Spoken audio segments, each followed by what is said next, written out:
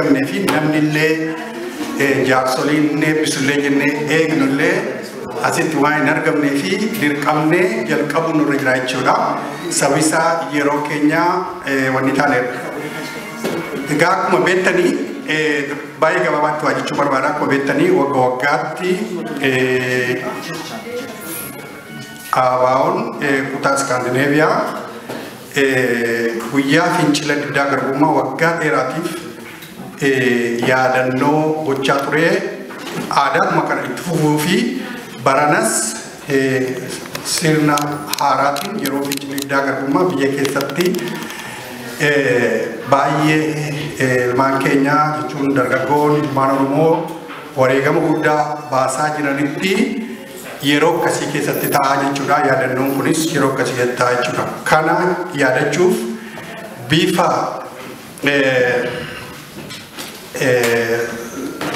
akkuma aadaa turetti bifa bareedaatiin barana dargaggoon naannoo kana jiranii of ijaaranii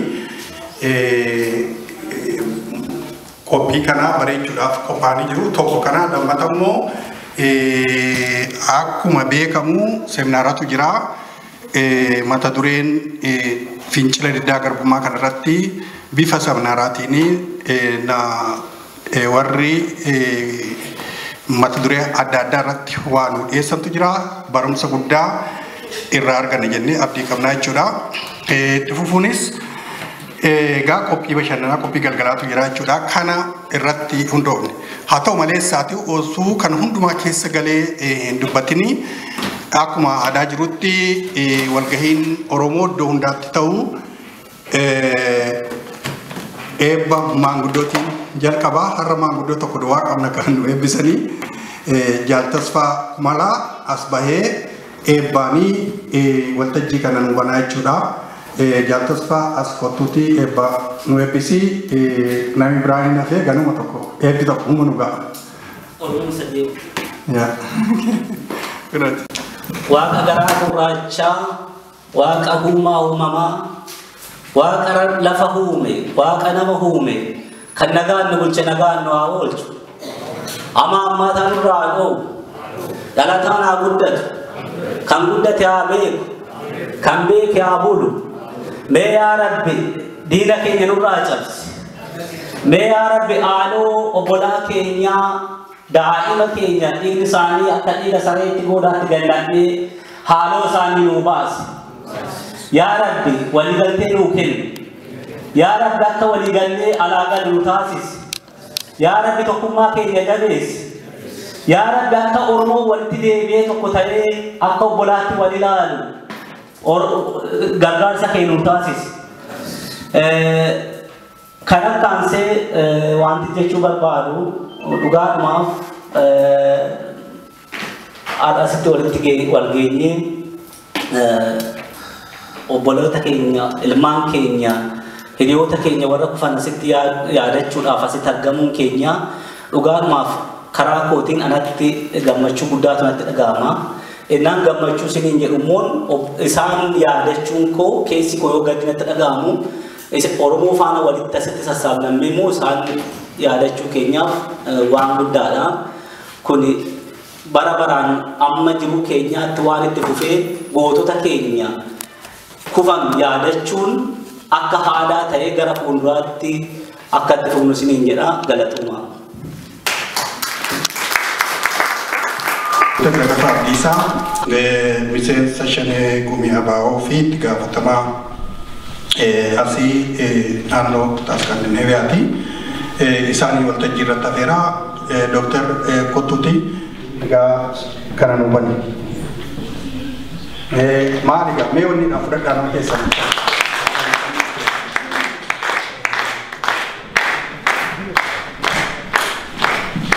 Ayah dari Oromota lammii koo baga guyyaa irraa asitti yaadannoo fincila diddaa garbummaa ayyaaneffachuu asirratti wal geenye. Garuu utuun gara dubbii kootti hin seenini waa sirreessuun barbaade. Ani itti gaafatamaa naannoo kanaa miti miseensa shanee gumii jedhamaa ture. Erga warra qaama ce'umsaa wajjin waxabajjii 28 bal'inni itti goone booda maqaan kun jijjiiramee koree hojii raawwachiiftuu jedhameera.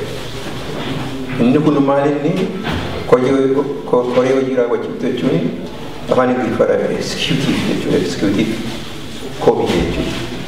Akka itti jijjiirame itti wadda shaneen hin waamamu shanee kan jedhamu jiru. Gara dubbii kootti galuudhaa fi fincilli diddaa gabrummaa inni baranaa kun 2014 kun kan biraarraa adda ta'ee argameera.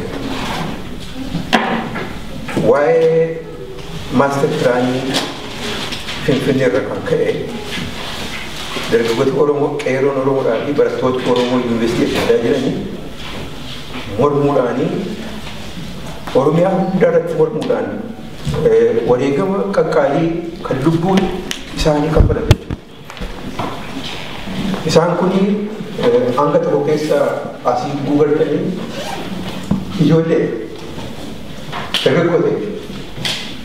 dargaggoota Oromoo darbeenya kennamu gaafa inni barbaachuu dandeessanii Oromiyaa iddoo lamatti hiruu dandeessan jedhanii falmii guddaadhaan wayyaaneen qawwee qabattee isaan akka duwwaadhaa miti falmii guddaa godhan jechuudha. Kan irratti kunoo isaan kun lubbuu isaanii dabalee baay'eessa. Hanga wayyaaneen nama ajjeeftee Oromoo ajjeeftee bira teessee qawweedhaan eegdu akka nama sangaa qalee allaattii irraa eegdu jechuudha. Wayyaaneen ijoollee waggaa 8 gadi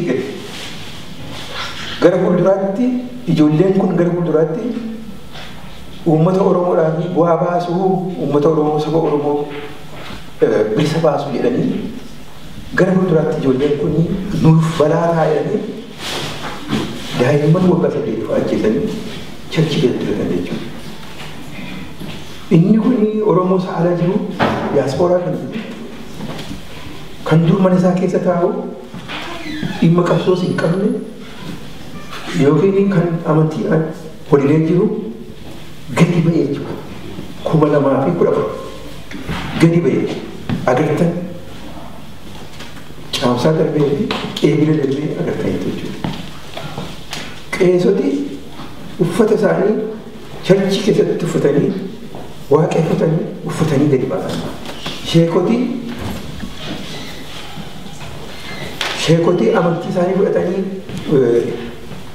masgiida keessa turanii huccuu sana uffatanii mallattoo amantii isaanii fudhatanii gadi ba'an jechuudha. Asittis akkasuma goone jechuudha. Kanaafitu fincilli diddaa gabrummaa baranaa ayyaanitu fincilli diddaa gabrummaa akka addaatti haa qophaa'amu akka addaatti kuni barri 2014 adda waan ta'eef fincila diddaa gabrummaa uummata Oromoo erga galmoo kaasee yeroo dhumaa hogguu mootummaa abbaa irratti mootummaa koloneeffatuu irratti nuti qabu tokko iddoo adda addaatti ajjeesaa ture jechuudha. Walloo keessatti nuti fincilli qabu kophaatti haftamaa ture walloo. Baaleetti akkas ture, Hararitti akkas ture, bakka hundumaatti akkas ture.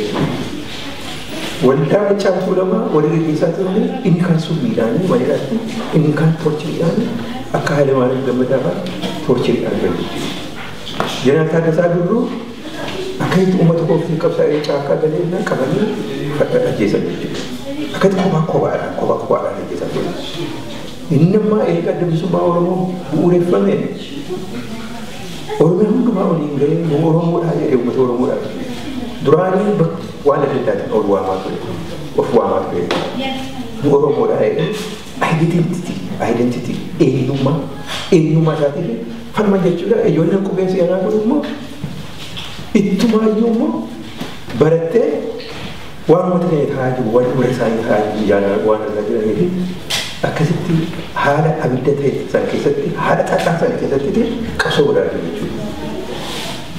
Ni Oromoon inni biyyaa baqatee biyyaa as ba'e immoo kolgaltummaa gaafatee addanatti jireenya isaa qajeelfate immoo inni kaan isa biyya keessatti qabsoo godhamaa jiru jaalataa isa tumsuudhaaf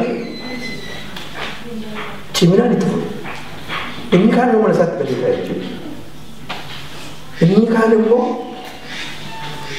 kaan immoo lubbuu kootiin na sodaachise UNHCR'tti himatee UNHCR'n ittisa addaa godhee fi biyya sadaffaatti dabalse.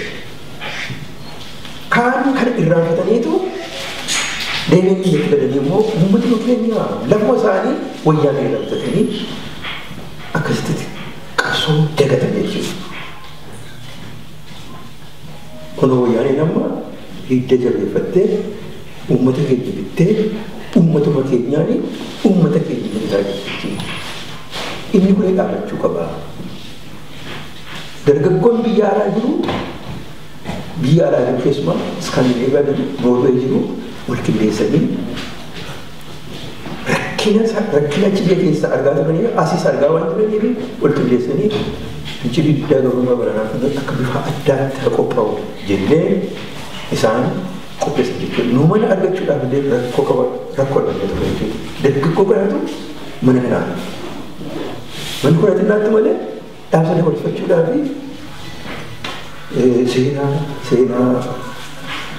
seenaa inni raanfatamaa ta'e hojjetan jechuudha ijoolleen wal qindeessan. Waraqata duwwaa nu barreessaa jechuun miti dhaabaa. Nus immoo dhaabaa fi maal godhaa jirra waa tokko buusuu qabnaa jedhanii ijoolleen dargaggoo kuni akkasitti waan qindeessan lootarii inni hojjetaniitu dhaaba kanaaf akkana galii godhaa jiru jechuudha. Isaan kana bira dhaabbachuu qabna, jajjabeessuu qabna, gargaaruu qabna. Uummata addaatti dhufee rakkatu, lammii keenya addaatti dhufee rakkatu, dargaggoota shamarran addaatti dura rakkataa jiran kana lammii keenya waan ta'aniif isaan wayyaman arganne jennee ofirraa fageessanii ijoollee kanaan aamanii cabsuu hin qabnu. Warri kana yaadanii dhaabbachuu qabu. Isaanis lammii keenya jechuudha. Eessaa dhaqan? Nutti baqatan. Adda bilisummaa Oromootti baqatan. Gaaddisa adda bilisummaa Oromootti baqatan. Gaaddisa keenya jalatti baqatanaa inni ofirraa ariinaa. Yookaan immoo haasaan taa'etti haasofna. Dhaabbachuu qaba. Kanallee akka godhan. Kanaaf qabsoo kan keessatti utuu saadhaan waliin deemin, utuu umuriidhaan waliin deemin, utuu amantii waliin deemin, uummata Oromoodhaa haasaa guddaa baay'ee haasaa guddaa jechuudha. Biyya keessattis biyya alaattis jechuudha. Biyya alaattis namni biyya alaatti baratee biyya alaatti qoratuumaa gaafatee ayyama fuudhamee kan biyyeessa taa'u maal jedhama. Egeree isaanii bor maalii akka taatu illee yookiin ayyama argatee miiraan egeree isaa maal beeku immoo cinqii sammuu itti fidaa irra deemee argeera tokko tokko argeera. Cinqii sammuu itti fida jechuudha. Qalbii itti fida jechuudha. Isaan kanaa dhabuun aseetii keenya dhabnaa jechuudha. Oromoon aseetii isaa dhabaa jechuudha. Qabeenya isaa dhabaa jechuudha. Dargaggoon shamarran qabeenya uummata Oromooti. Isa kana tajaajilu qabu. Akka isaanii miidhamne gochuu qabu. Ijoollee barattoota biyya keessa qaroo ta'anii borii qaroo ta'anii uummata ijaaranii uummata Oromoo ijaaranii dura gadi jedhanii ijoollee qaroodhaa basaasaa ittiin keessa deeman ilaalanii oggoo fincilli qabu adda adda isaanii kutuu danda'u. Oollee dhibee gochuu adda adda isaanii taasisaa isaatti roobsu jechuudha. Ijoolleen kun akkasitti mana. Ijoolleen kun itti baratanii fuuldura taasisa uummata isaanii uffannu nama gurmeessu isa kana basaasatti isaanii bareedu oggoo fincilli qabu ijoollee kana akka godhan jechuudha. Fixan jechuudha. Akka waan ijoollee kana buufatanii qabsoon dhaabbatu fakkaateetu uummata keenya akkasitti bal'aa. Shamarran ilaala. Ishee kana ilaala. Yuunivarsiitii baay'ee kan roobeet kan ishee rukutamtee jirtu jechuudha. Isa morma rukutamee keessan ilaala. Bakka rukutanii bakka utuu afuran baafachiin ajjeesu ni beeku. Ni beeku. Sasanaa iddoo mormaa rukutan. Iddoo mormaa dhiiga gara sammuutti keessa. Iddoo mormaa rukutan ture jechuudha. Sakaan laphee rukutu. Sakaan ilaalee bakka afuran baafatu jechuudha. Kanaaf akkasitti ayyaaneffachuun keenya akka addaatti waan ta'eef dargaggooti wal ijaaranii wal qindeessanii bifa addaatiin isin agarsiisuudhaaf deemu kan caalaa naasa'u gara fuulduraatti illee waa'ee Oromoodhaa hogguu ka'u irraan baqatinaa. Homaa tokko isin hin miidhu, amantii hin miidhu. Amantii keessa waan tokko waan godhu qabu. Amantiin kan abbaati. Qabsoo bilisummaa Oromoo adda bilisummaa Oromoodhaan hoogganamu biyya keessattis biyya alaattis tumsa gochuu irratti hiriira irraan baqatina. Irraan baqatina hiriira. Kaanii maal jedhu yoo wal gahidhanne footoo nu kaasu, viidiyoo nu kaasu, viidiyoo kana immoo wayyaanee nagartii biyya dhaquu hin dandeenye jedhee irraa baqatin qabu. Yoo kana ta'e gugumaachuun dhufu mana taa'anii gugumaachuun danda'ama.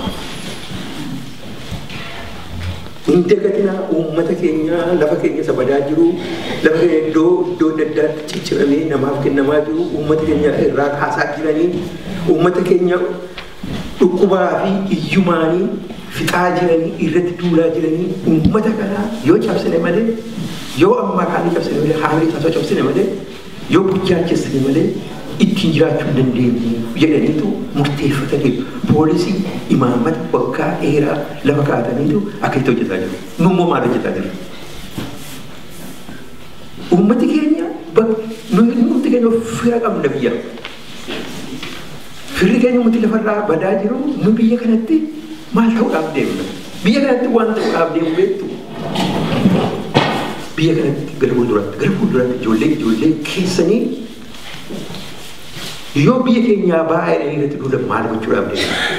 Seenaan nu gaafatu yoo ammoo ol gurmeessinee akkaataa ittillee yoo waa tokko dhufee irraa baraarru yoo ijaaruu baanne ijoollee keenya biyya keenyaa baay'ee nuti duudhan tokko deeman yoo nuti taasisan tokko akka naaziini warra Yihudaa akka godhe kana nusi bar tokko yoo kan nu godhanii attam goona arraa kaafne itti yaaduu qabna.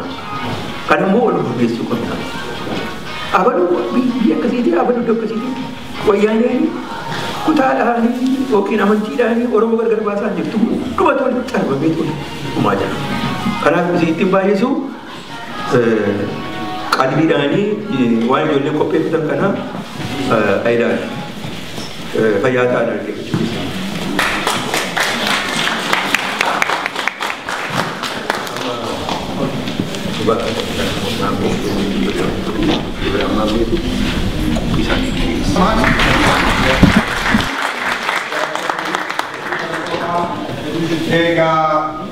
Sagantaa keenya qofaa amma sagantaa keenya isa baay'ee hedduu guyyaa yaadannoo kanaa dargaggoonni jaallan lammii keenya kana nuuf jecha saba Oromoof jecha wareegaman kan yaadachiisuu yaadatamu isaa Ibrahim Maammaatu dhufee isaaniif dhiyeessa.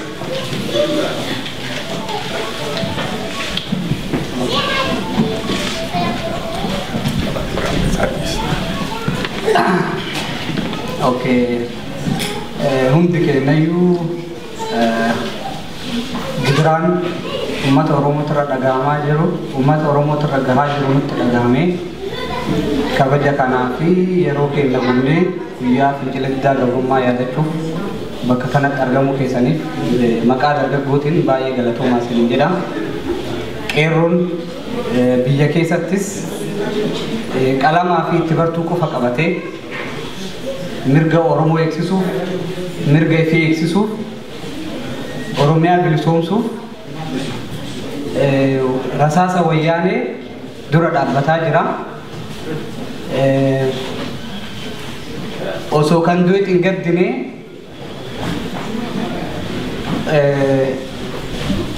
bilisummaa Oromiyaa bakkaan ga'uuf mirga uummata Oromoo akka inni guutumaan guututti eeggamuuf kanaaf yeroo kamittuu qeerroon finciluun dhiisne fuuldurattis haga bilisummaa argatutti haga mirga guutuu argatutti finciluu hin dhiisu kanumaan wal qabatee keessattuu bara 2014 kana fincila diddaa gabrummaa biyya keessa ka'ee barattoonni Oromoo ijoollee waggaa 8 jalqabee hanga jaarsa ganna 80 karaarratti rasaasa wayyaaniitiin badii qofalee harca'an kana qeerroon bifa gabaabaa ta'een bifa itti akkasiifuu qabna jedhanii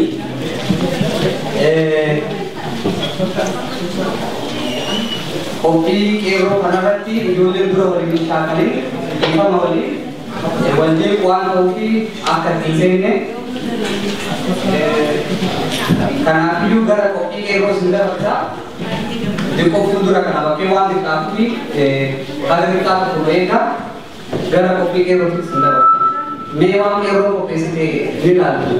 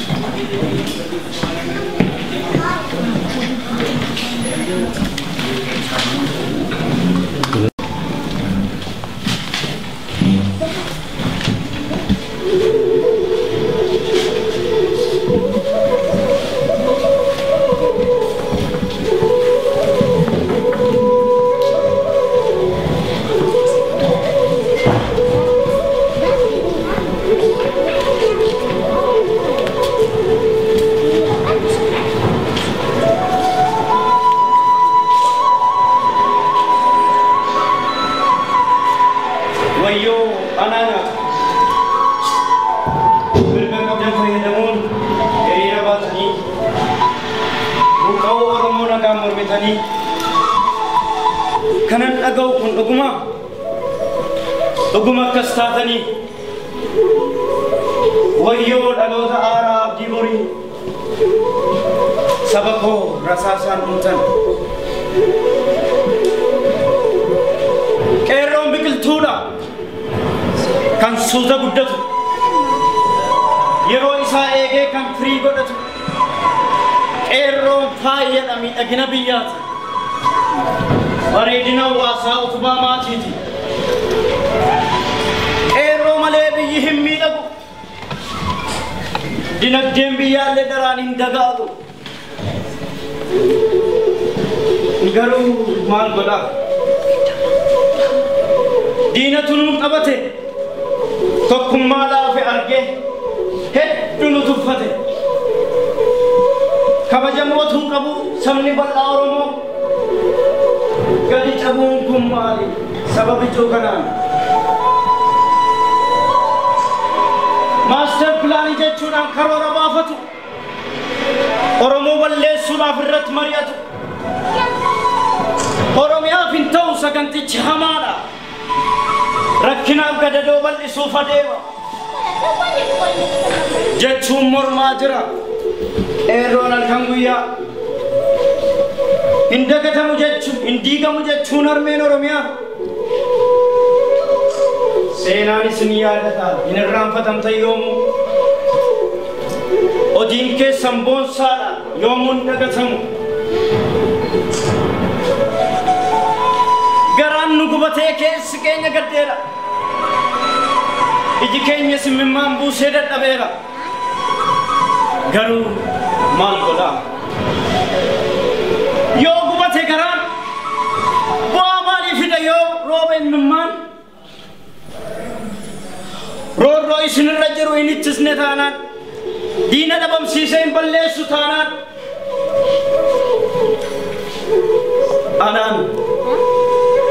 anaan qomoowwan koo abdii borii dhaloota haaraa koo wayyoo du'anaa nyaatuka jajjabeewwan koo irbaata rasaasaa taatanii wayyoo lammiiwwan koo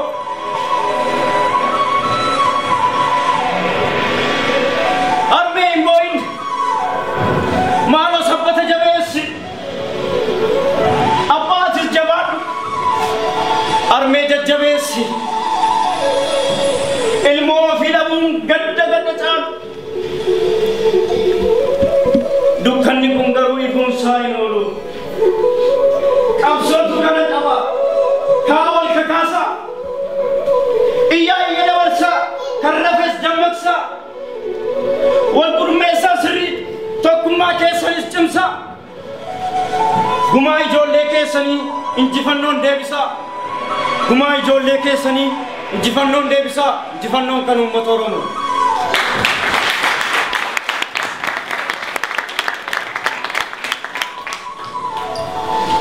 Haadha Oromiyaa.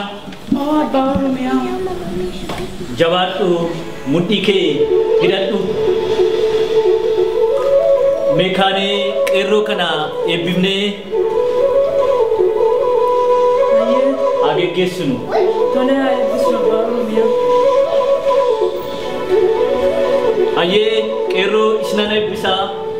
Boree godhadhaa. Harka wal qabadhaa. Kaatii dhaabadhaa.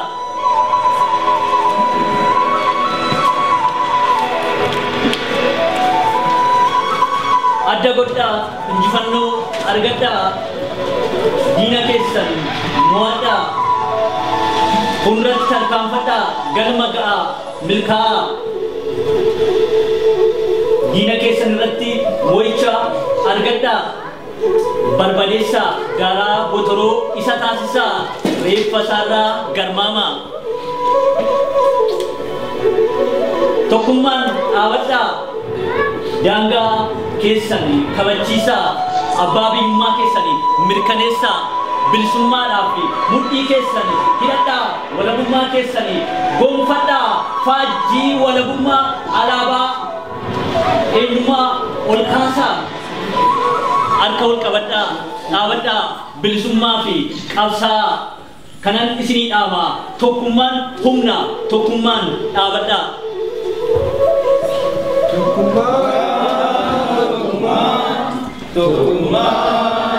Tokuma, ya ilman Oromo, Tokuma, Tokuma, Tokuma, Tokuma, Tokuma, ya ilman Oromo, Tokuma, Tokuma, Tokuma, Tokuma, Tokuma, ya ilman Oromo, Tokuma.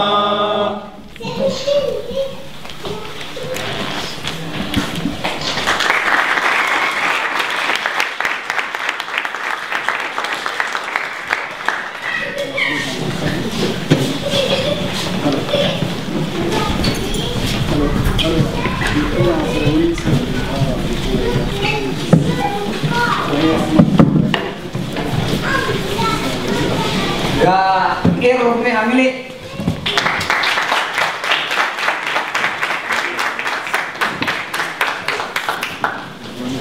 galatoomaa walaloo kana barreessuudhaan walaloo akkas bareedu kana kan barreessite aktiivist hawwii caalaa namni baay'een karaa qaamolee beekuu dandeessanii gara ayyaantuu gara gadaa gara feesbuukii yeroo adda addaa walaloo adda addaa kan sochii Oromootti wal qabatu kan biyya Oromootti wal qabatu barreessitee gadi dhiisti hawwii caalaafis hamilee yeroo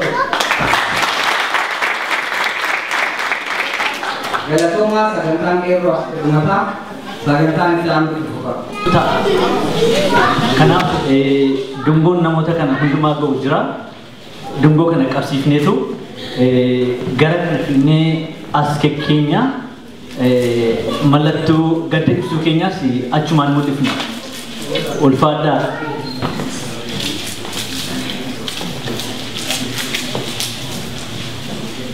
Namoonni dungoo hirtanii dafaa namoota maraangoo yaala akkasumas namoonni qabsiistan waan irraa qabsiifatan hundumtu iddoo tokkodha.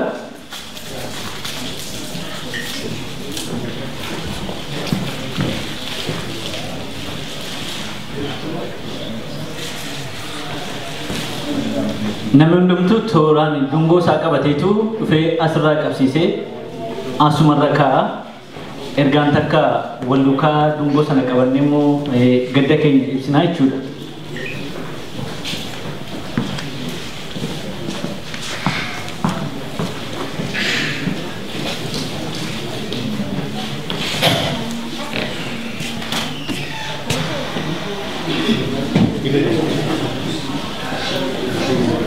Ajee namoonni dungoo harkatti qabatanii ammallee tooraan dhuftanii qabsiiftanii keessanii deebi'uu dandeessu.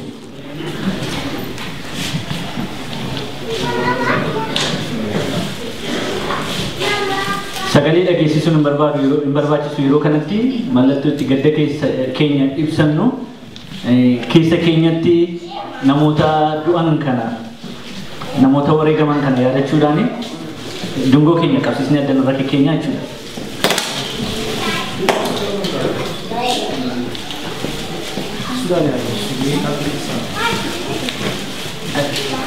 Namoonni dungoo qabatanii jirtanii gara kanatti baatanii tooraan qabsiiftanii keessanii deemtu.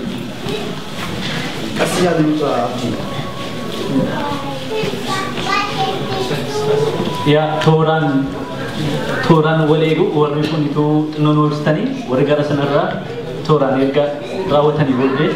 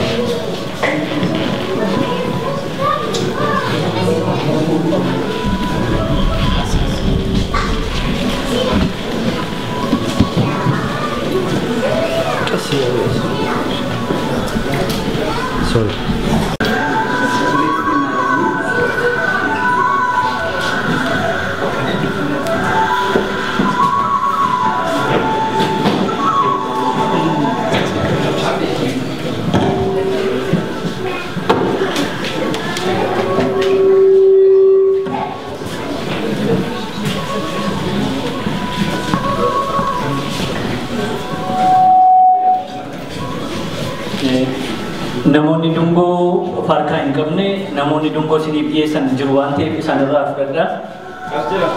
Namoonni dungoo of harkaa hin qabne warri dungoo namootaaf hirtanii namoota aangoo yaalaa.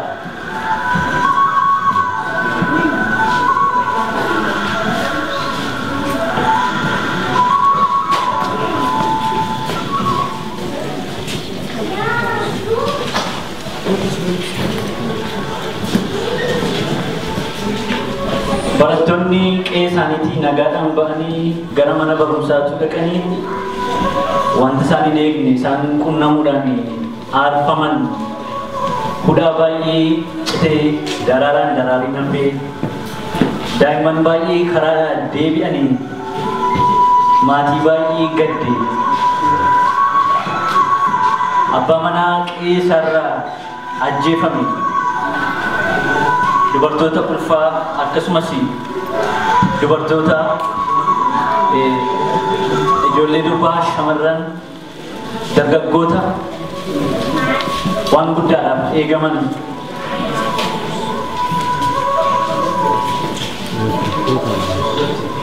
biyya abdiirraa qabu baay'eetu karaadhaan deebi'e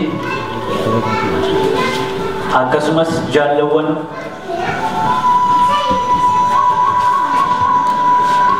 mirgaa fi qabsoo mirgaa utuu qabsaanii dhuman kan ajjeefaman isaaniin yaadachuudhaan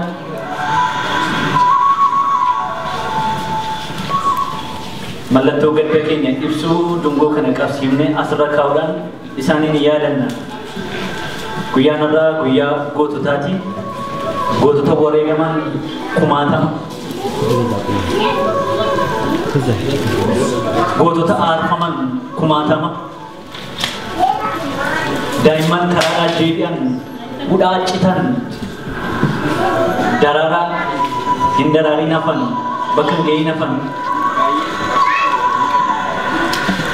biqiltuu coolligan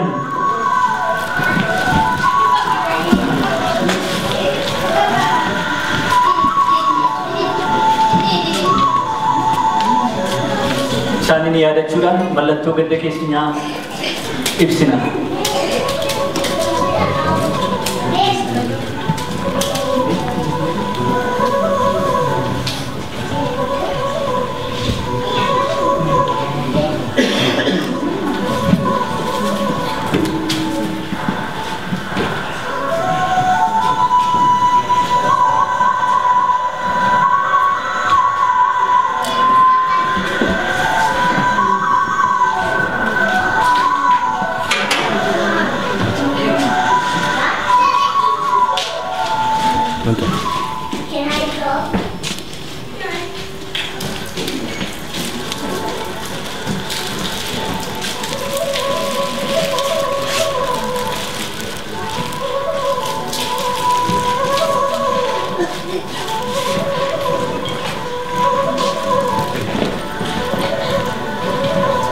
Akkuma adda irratti argitan namoonni isin adda irratti argitan kun utuu saamanii yookiis utuu yakka dalaganii utuu hin ta'in utuu mirga isaanii falmanii utuu eenyummaa isaanii dubbatanii sababiima Oromoo ta'anii sababiima mirgi keenya haa kabajamu jedhaniif namoota aarfamanidha.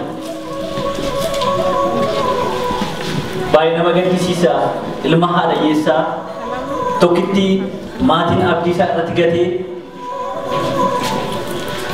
sabbata ishee hiikattee haati hiyyeessaa mana barumsaatti barsiiftee sadarkaa guddaarraan nagaa rakkina keessaa duran ba'e namni harkana qabu namni seenaa koo geeddaru namni jireenya koo geeddaru dhala koo isa kanadha jettee abdii ishee irratti gatteetuma jirtu daandii ishee karaadhaa deebi'uudhaan gadda guddaan marmaansee kan madaa'e haadha Oromoo kumaatamatu jira. Abbaa Oromoo kumaatamatu jira.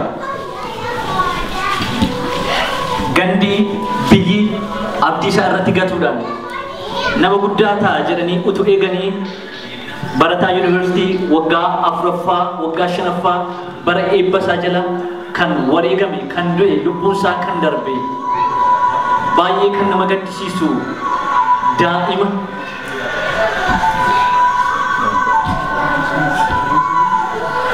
Oromoo baay'eetu karaadhaan deebi'e.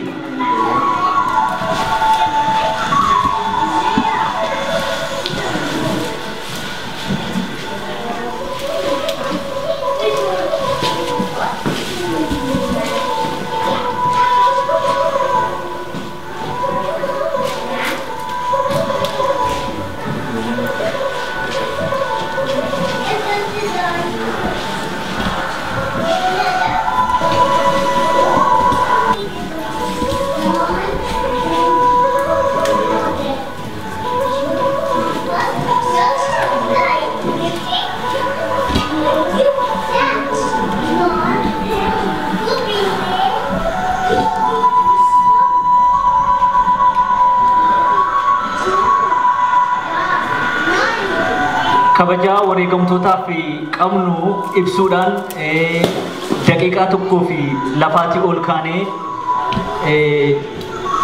gadda keenya mul'ifna waa'ee isaanii yaaduudhaan.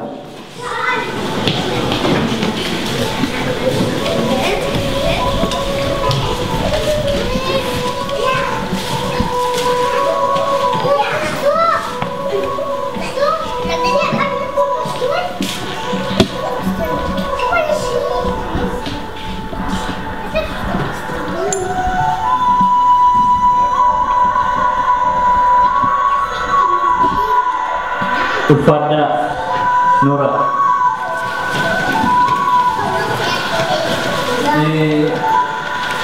Sagantaa keenya hamma danda'anitti gaggabaabsuu yaalla. Sagantaa bal'aa hin qabnu haa ta'uyyuu malee yoo bal'ate gaggabaabsuu yaalla. Sagantaa kana irratti bifa caalbaasiitiin wantoonni gurguraman wantoonni babbareedoo jiru. Sanaafillee of qopheessaa. akkuma arginu namoonni adda nabatti wareegamanii suuraa isaanii arginu akkasumas maqaadhaan beeknu namoota kumaatamatu jira ammas immoo of kennanii wareegamuudhaaf nuun bilisoomsuudhaaf egeree Oromoo borii Oromoo ifatti baasuudhaaf Oromiyaa bilisoomsuudhaaf warroonni duulaa jiranii lolaa jiranii dirree qabsoorra jiru isaaniin yaadachuudhaani adaraa wanta asii boonu bolsa eenyu keessa iyyuu hin galu eenyu leetti fayyadamu akka qabsoo bilisummaa Oromootiif goonutti yaadne har'aa keessan wanta godhamu maarratti hirmanne hagoonu namoonni kaartii gaawwee qabdan ituu baafatan walirraa dhiqeeffatanii wanta asitti gurguramu bittanii hin bittan yoo ta'e Oromiyaan kan isheen qabdu nuuma inni kana lubbuu isaa kenne nun immoo qabeenya keenya kennuun nun mararini ulfaadhaa sagantaa sattaamitti ceena.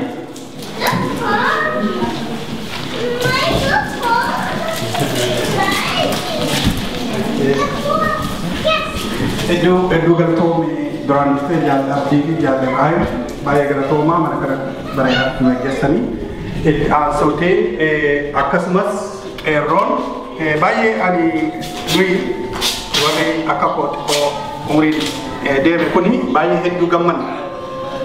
Gammachuun keenya qeerroon ijaaramee kaayyoo moototi fi dargaggoonni jaallawan isaanii qeerroon irratti wareegaman kan fiixaan baasuuf asitti illee iddoo jirrutti Oromoo iddoo jiru hundaatti dhufee asitti argamee sirna bareedaa sirna ho'aa kanaatiin akka ittiin yaadachuudhaaf galanni yeroo hundaa waliin jennu galanni keenya bilisummaadhaa jenna. Akkasumas baay'ee kan na gammachiisee fuula nama asitti yeroo ilaalu kana dargaggoon qeerroon heddumminaan dhufee irratti qooda fudhachuun abdii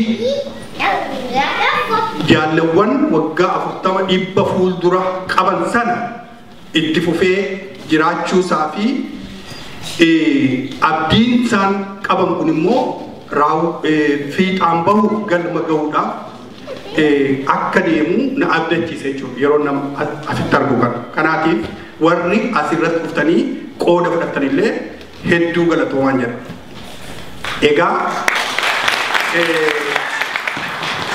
sagantaan keenya inni kutaa duraa raawwataa jira. Amma itti aansuudhaatiin gara fuulduraatti qabsoo ummati keenya waggaa 130 ol deemsisaa jiru kuni fiixaan bahuu barbaachisa galma gahuu barbaachisa. Amma ammaatti fincila gochaa turre kana raawwachuudhaaf maaltu hir'ate maanyi rakkoon nu mudate kan jedhu haalli qabsoo maal fakkaata. Fincili diddaa garbummaa biyya keessatti adeemaa jiru hirrina maalii agarsiisa maalirratti milkaa'e kan jedhuti seminaara qabna jechuudha. Seminaara kana gara kutaa iddoo lamatti tokko namoonni mata duree fudhatanii mata duree kanaan wanta irratti isaanitti mul'ate dhufanii nu qoodu jechuudha. Itti aansuudhaan immoo galuma kana keessa warri argamu hundi keenya Oromoon maaltu nutti dhaga'ama yaada namaa fudhachuun barbaachisaadha jennee waan amannuuf yaada kana akka workshooppiitti gara boodaatti sa'aatii tokkootii fi namni hunduu keessatti akka qooda fudhatu gochuudhaaf deemnaa jechuudha. Kanaaf jecha amma seminaara kana eeggannaa. Seminaara kana kan jalqabarratti dhufee nu jalqabu dargaggoo asitti beektan kanaan dura Jalcalaa Haayiluuti. Mana kana immoo kan gaggeessu Jaal Tasfaa Kumalaati. Kanaatiif Jalcalaa